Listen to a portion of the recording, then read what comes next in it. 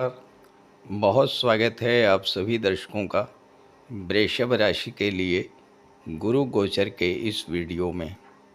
भाग्य और कर्म का संतुलन पुष्य नक्षत्र में देवगुरु। जी हाँ, ग्रहों के महामंत्री, देवताओं के गुरु देवगुरु बृहस्पति 2 जून से अपनी उच्च की राशि कर्क राशि में गोचर कर रहे हैं और 18 जून को नक्षत्र परिवर्तन करते हुए जीवन में एक बड़ा मोड़ लाने जा रहे हैं। अभी तक गुरु अपने ही नक्षत्र पुनर्वसु में गोचर कर रहे थे।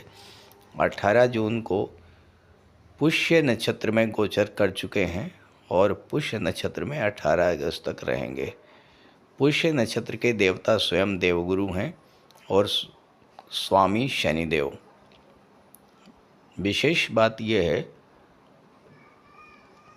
कि शनि गुरु की राशि में गोचर कर रहे हैं और शनि पर गुरु की दृष्टि भी पड़ रही है।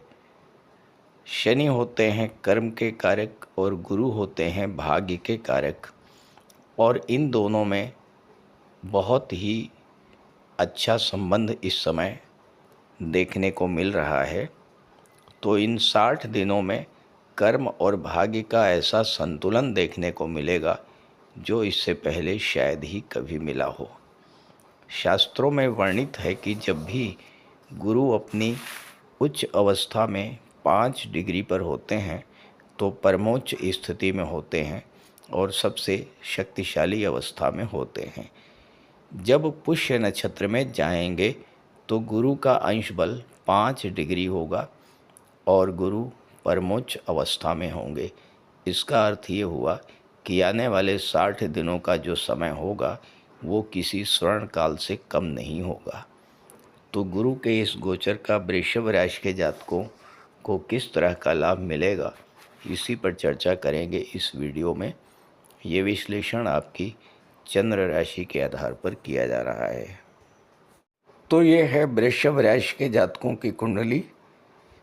देवगुरु का गोचर आपकी कुंडली के 3रे भाव में है और यहाँ पर गोचर करते हुए गुरु की दृष्टि 7म भाव, 9वें भाव और एकादश भाव पर पड़ रही है।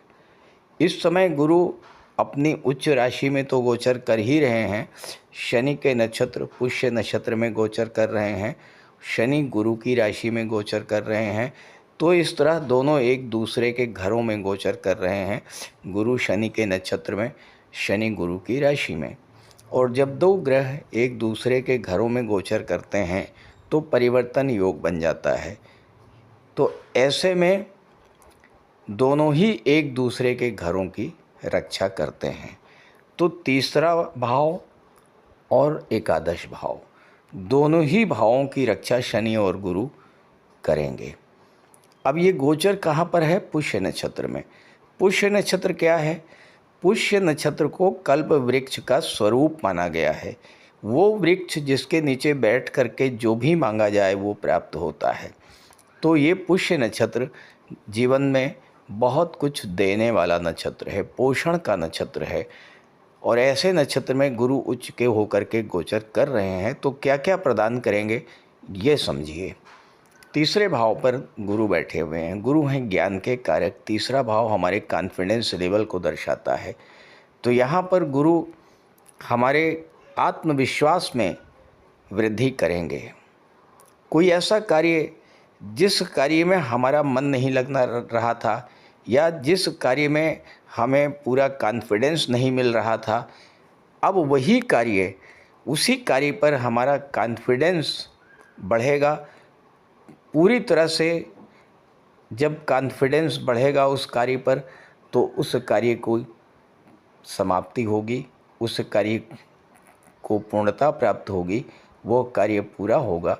और जब वो कार्य पूरा होगा तो एकादश भाव पर गुरु की दृष्टि है जो कि लाभ का भाव है, यानी उस कार्य के पूरा होने पर जो लाभ मिलने चाहिए थे, जो आउटपुट मिलना चाहिए थे, वो आपको मिलेगा। 3रा भाव यात्राओं का होता है। इस गोचर काल में कोई छोटी मोटी यात्रा हो सकती है।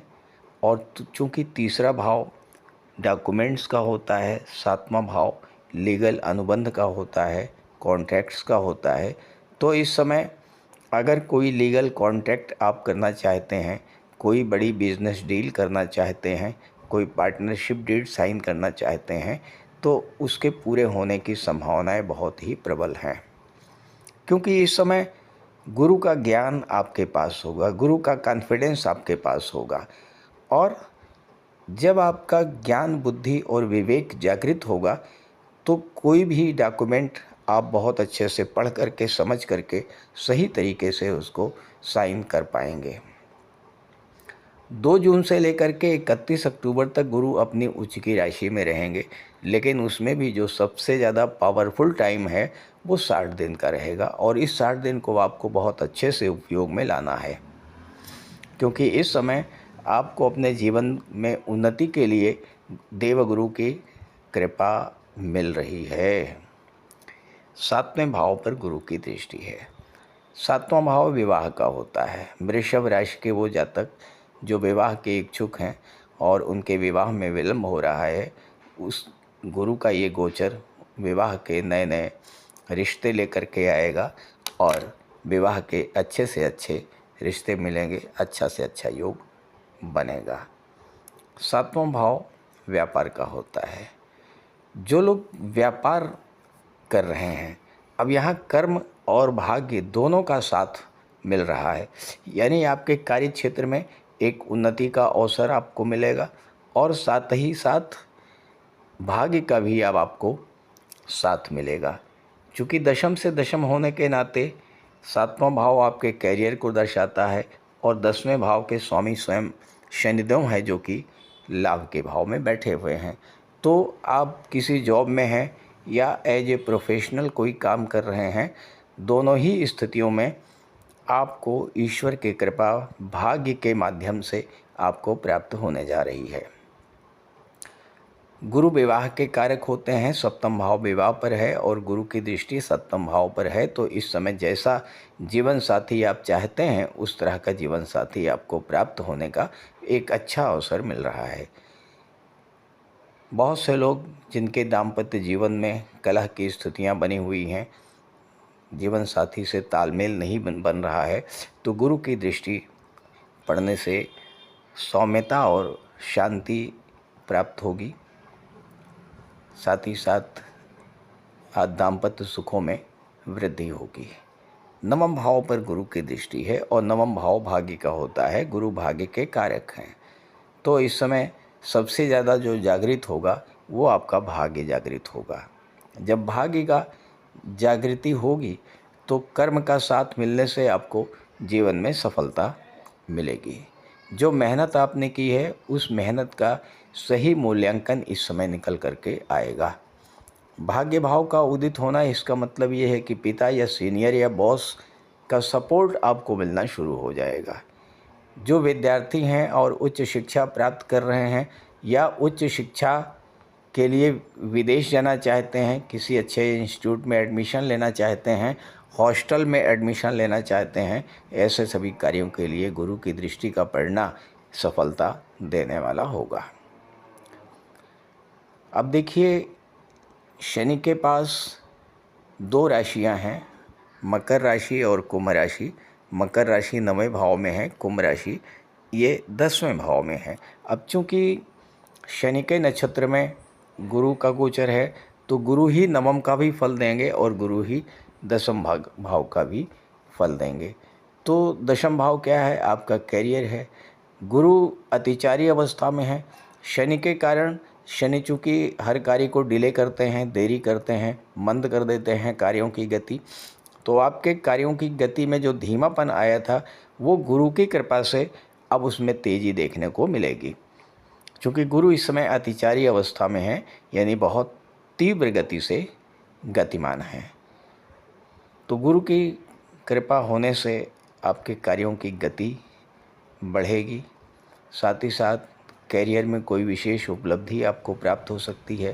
प्रमोशन या इंक्रीमेंट वगैरह आपको इस समय मिल पड़ सकती है।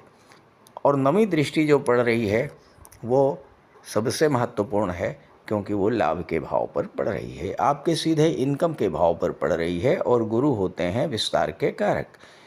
तो 11वें भाव का विस्तार करेंगे। 11वें भाव का विस्तार का मतलब ये हुआ कि आपकी इनकम में वृद्धि होगी। यहाँ पर शनि बैठे हैं, शनि के कारण आपकी इनकम में जो धीमापन आया, आपने जो कार्य किया उसका प्रतिफल आपको नहीं मिल पाया, तो अब वो धीमापन समाप्त होगा, इनकम बढ़ेगी और आपको आपके कार्यों का प्रतिफल भी प्राप्त होगा। सबसे बड़ी बात तो ये है कि यहाँ पर 11वां भाव जो है ये आपकी इच्छा पूर्ति का है। शनि आपकी इच्छा पूर्ति में देरी कर रहे थे, बाधक बने हुए थे, लेकिन गुरु की दृष्टि पड़ने से अब आपकी इच्छाएं बहुत तीव्र गति से पूरी होंगी। चाहे जो भी आपकी इच्छा पर रही हो लंबे समय से, जिसके लिए आप प्रयासरत थे और वो इच्छा पूरी नहीं हो पा रही थी, तो वो इच्छा भी इस समय पूरी होगी। तो इस तरह के लाभ वृषभ राशि के जातकों को मिलने जा रहे हैं। लेकिन प्रश्न ये है कि क्या सभी वृषभ राशि के जातकों को एक जैसा ही फल मिलेगा? ऐसा बिल्कुल भी संभव नहीं है। तो अगर आप अपनी जन्म कुंडली के बारे में जानना चाहते हैं तो इसी वीडियो के डिस्क्रिप्शन बॉक्स में मैंने अपना व्हाट्सअप नंबर दे दिया है। स्क्रीन पर भी मैं अपना नंबर लिख दे रहा हूँ, आप नोट कर लीजिए 9058144112। आप इस नंबर पर संपर्क कर सकते हैं। नमस्कार।